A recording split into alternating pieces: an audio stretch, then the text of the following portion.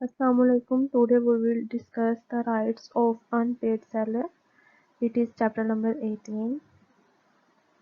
Rights of unpaired seller को discuss करने से पहले बेसिकली हमें ये पता होना चाहिए कि सेलर जो है वो होता कौन है। तो कोई भी ऐसा पर्सन जो कि सेलर की पोजीशन में हो उसको हम जो है वो सेलर कहते हैं। लेट्स सपोज जो है वो कोई सेलर है, उसका जो है वो एजेंट, ठीक है, वो भी क्या कहलाएगा, सेलर। अब जो है वो अनपेड सेलर, तो अनपेड सेलर जो है वो कौन सा पर्सन होता है, तो कोई भी ऐसा पर्सन, ठीक है, जिसने चीज़ें जो है वो सेल आउट की हुई हैं और इसकी फुल फ्लैट प्राइस जो है वो उसको रिसीव नहीं हुई, हम उसको कहेंगे कि वो अनपेड जो है वो सेलर है। यहाँ पे कोई भी ऐसा पर्सन जिसने कि चीज़ें सेल आउट की हैं, उसने कैश में पेमेंट रिसीव नहीं की, उसने जो चीज़ें सेल आउट की हैं वो उसने क्रेडिट बेसिस पे चीज़ें जो है वो सेल आउट की हैं, और अगर उसने जो है वो उनके बदले में कोई बिल ऑफ एक्सचेंज रिसीव किया है या कोई भी निगोशिएबल इंस्ट्रूमेंट जो है वो रिसीव किया है, लेकिन वो निगोशिएबल इंस्ट्रूमेंट अब जो है वो डिसऑनर हो गया है, ठीक है, उसके बदले में उसको पेमेंट रिसीव नहीं हो सकती अब, तो हम कहेंगे कि वो जो सेलर था पहले वो अब अनपेड सेलर हो गया है, क्योंकि अब उसको पेमेंट जो है वो रिसीव नहीं हो सकती।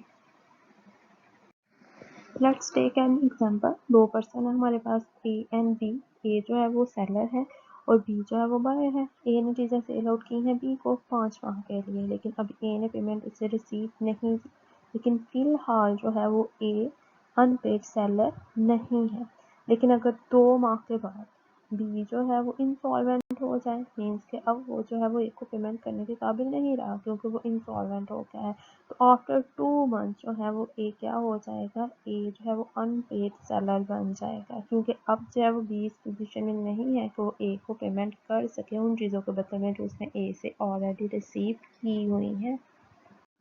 नेक्स्ट हम डिस्कस करते हैं राइट्स ऑफ अनपेड सेलर। तो जो सबसे पहला राइट है, राइट अगेंस्ट गुड्स है। अब राइट अगेंस्ट गुड्स में जो है वो आगे से इसको 3 पोर्शंस में जो है वो डिवाइड किया गया है। सबसे पहला है right of clearance, second one है right of stoppage of the goods in transit and third one है राइट ऑफ रीसेल। सबसे पहले है right of clearance. Right of clearance का मतलब ये है कि अगर आपने गुड्स जो है वो सेल आउट की हैं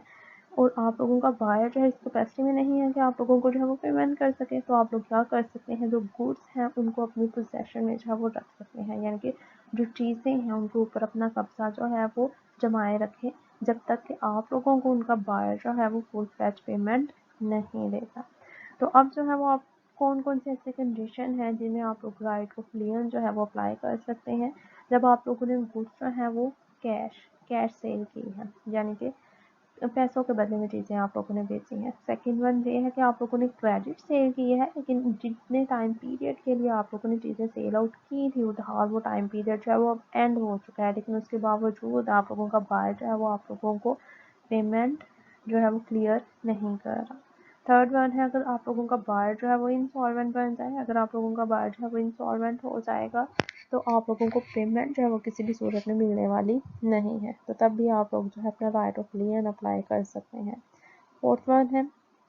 जब गुड्स जो है वो सेलर की पोजेशन में हो, ठीक है, जब आप लोगों के बायर ने चीज़ें खरीद तो ली हैं लेकिन अभी तक वो किसके कब्जे में है चीज़ें, वो अभी तक जो है वो सेलर के कब्जे में चीज़ें हैं, तो तब आप लोग उनके ऊपर राइट ऑफ क्लियरेंस जो है वो अप्लाई कर सकते हैं। फिफ्थ वन है, अगर आप लोग जो है वो अदर एक्सपेंसेस, ठीक है, for price and not for other, सिर्फ और सिर्फ ये आप लोग राइट ऑफ क्लियरेंस अप्लाई करेंगे पेमेंट के लिए। अगर आप लोगों ने अदर एक्सपेंसेस कोई दूसरे अखराज है वो चीज़ों के ऊपर आप लोगों के अगर हुए हैं तो आप उनके अगेंस्ट जो है वो राइट ऑफ क्लियरेंस अप्लाई नहीं कर सकते, ठीक है। और आप लोग जो है वो अगर आप लोगों ने कुछ पार्ट ऑफ जो आप लोगों ने कुछ सेल आउट की थी उनका कुछ पोर्शन जो है वो सेलर ने बायर को डिलीवर कर दिया है, लेकिन जो कुछ चीज़ें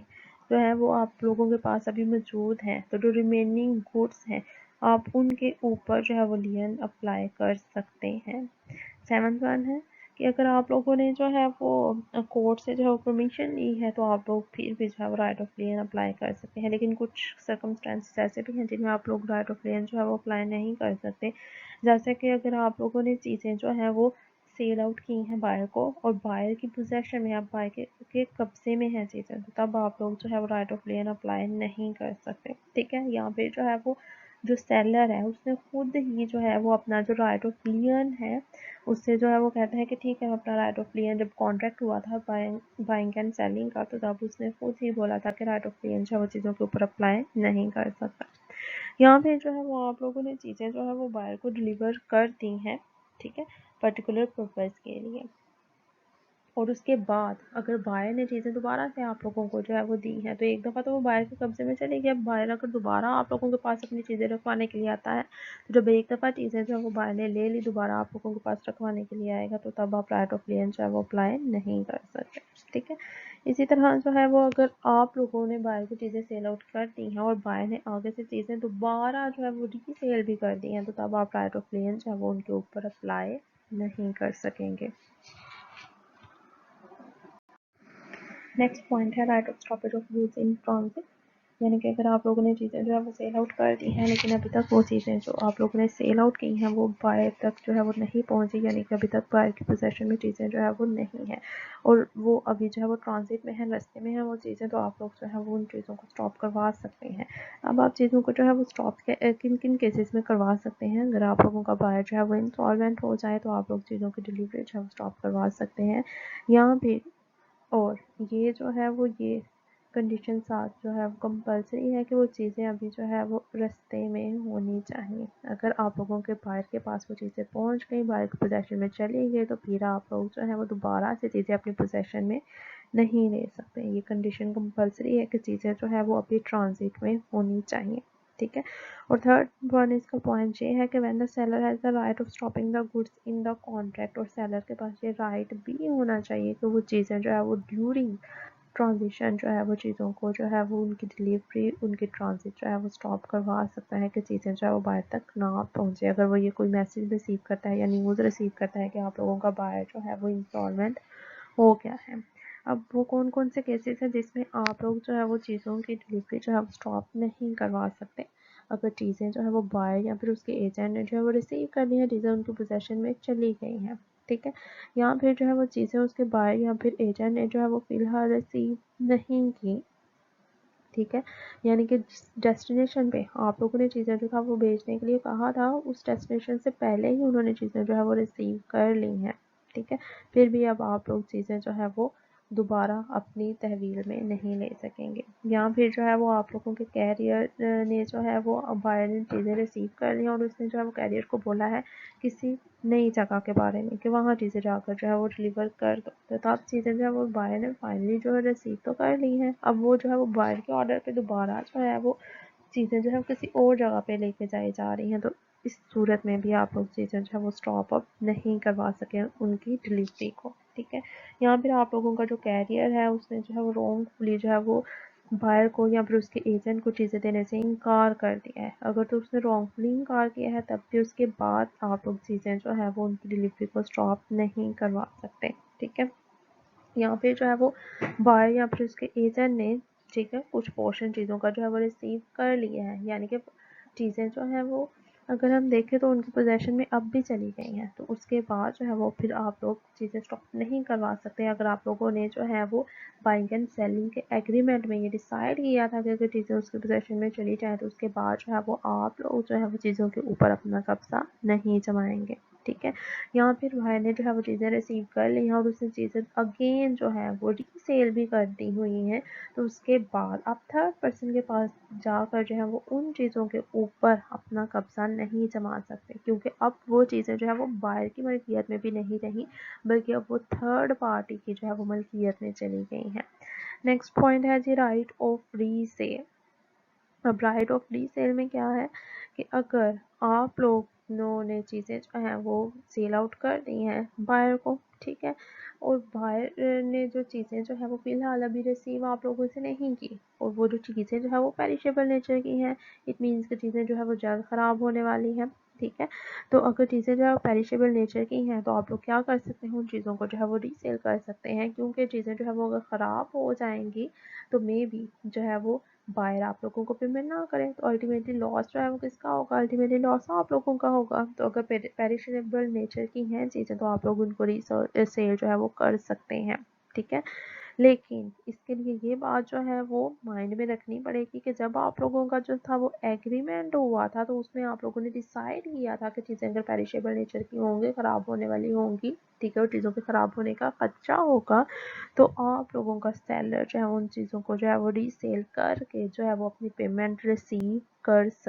सकेगा, ठीक है। और थर्ड पॉइंट इसका ये है